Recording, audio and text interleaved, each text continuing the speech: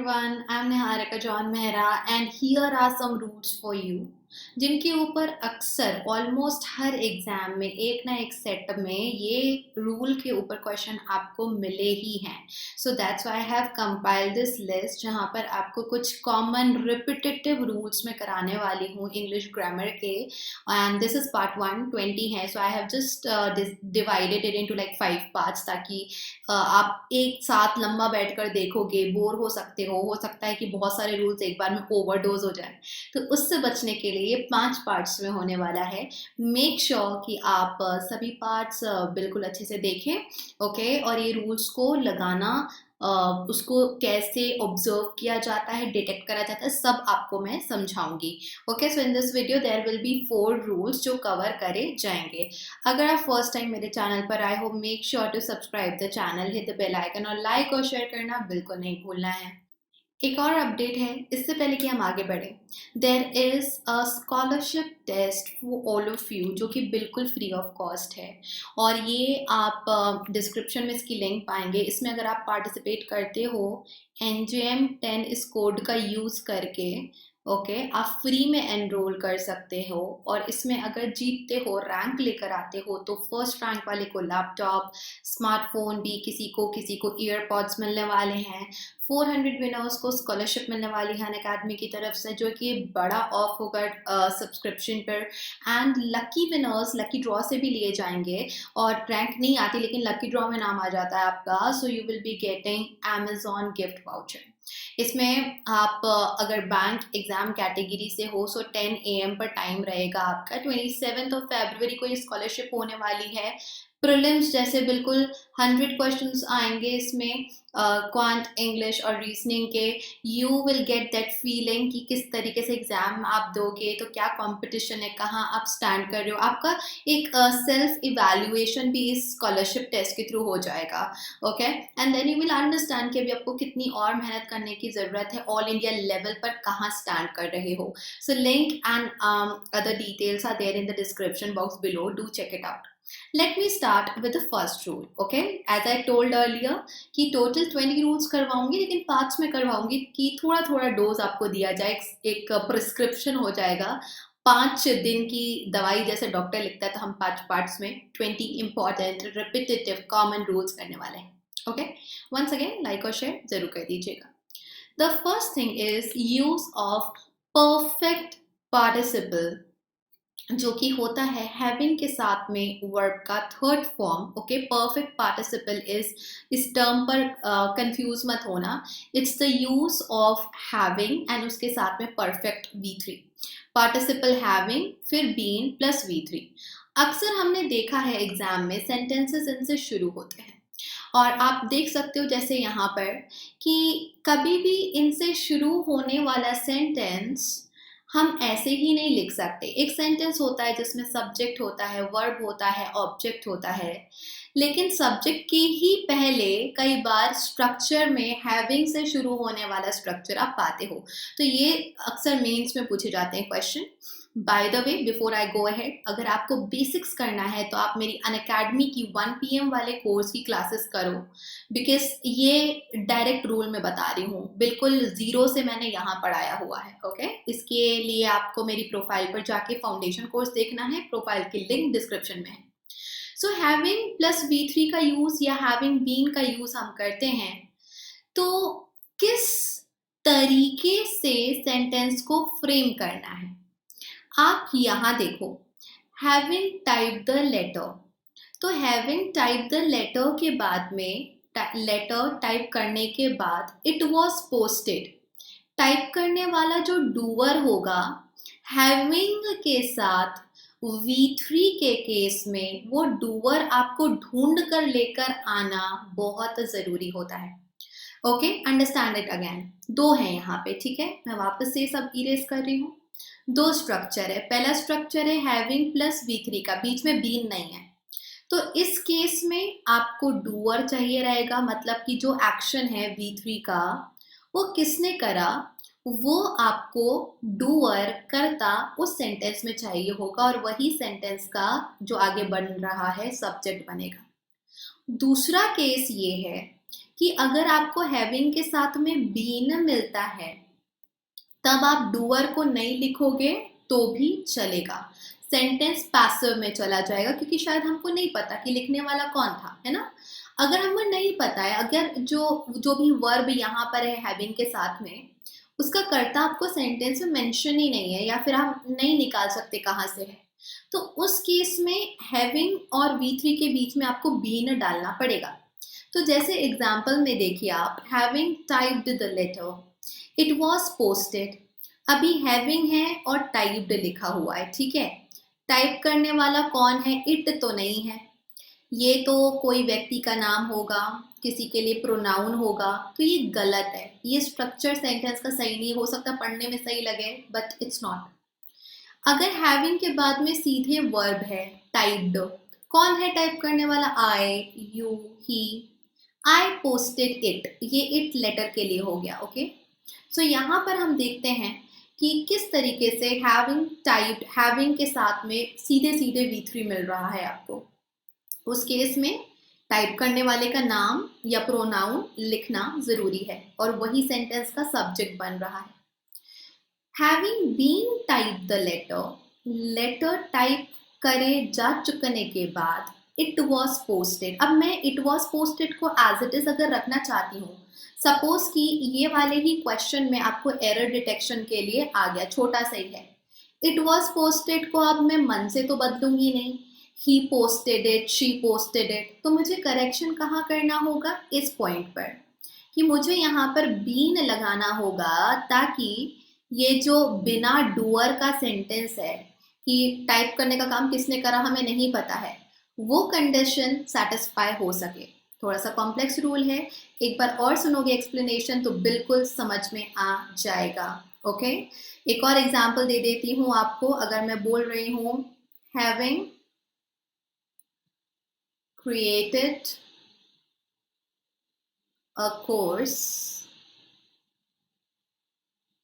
NJM, that's the short form of my name, published it, okay, पहले create करा फिर publish करा, तो यहाँ पे क्या होगा ना, क्रिएट करने का काम मैं ही कर रही हूँ और क्रिएट करते हुए या क्रिएट करने के बाद, करे जा चुकने के बाद मैंने पब्लिश करा, सो वो चीज़ में आपको मेरा नाम मिल रहा है।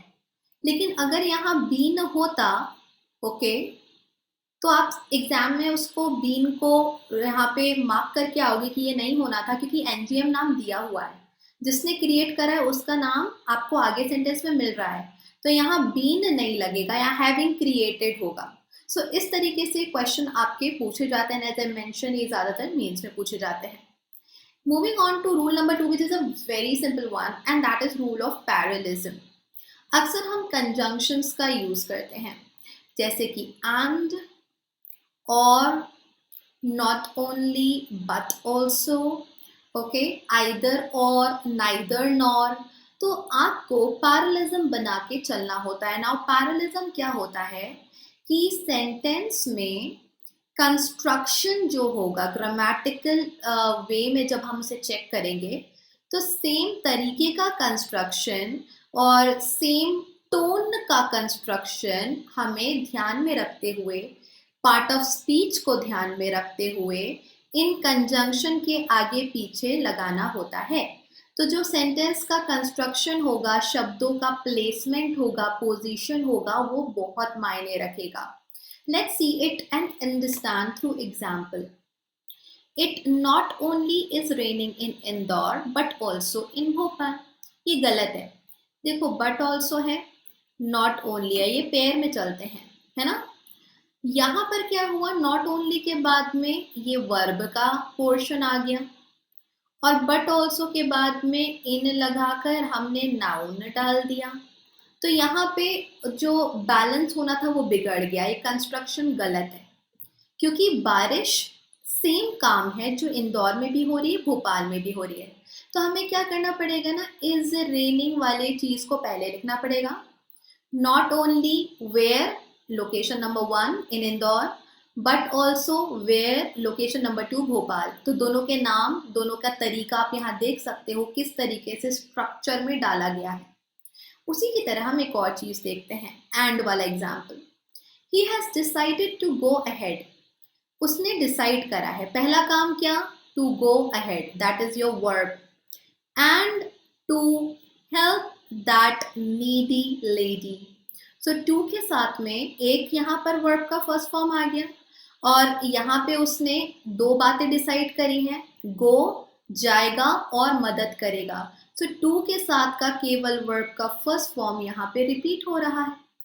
इसी तरीके से आप एंड के केस में और आइदर और neither nor not only but also in सब केसेस में चेक करते हो कि क्या सही स्ट्रक्चर है कि नहीं.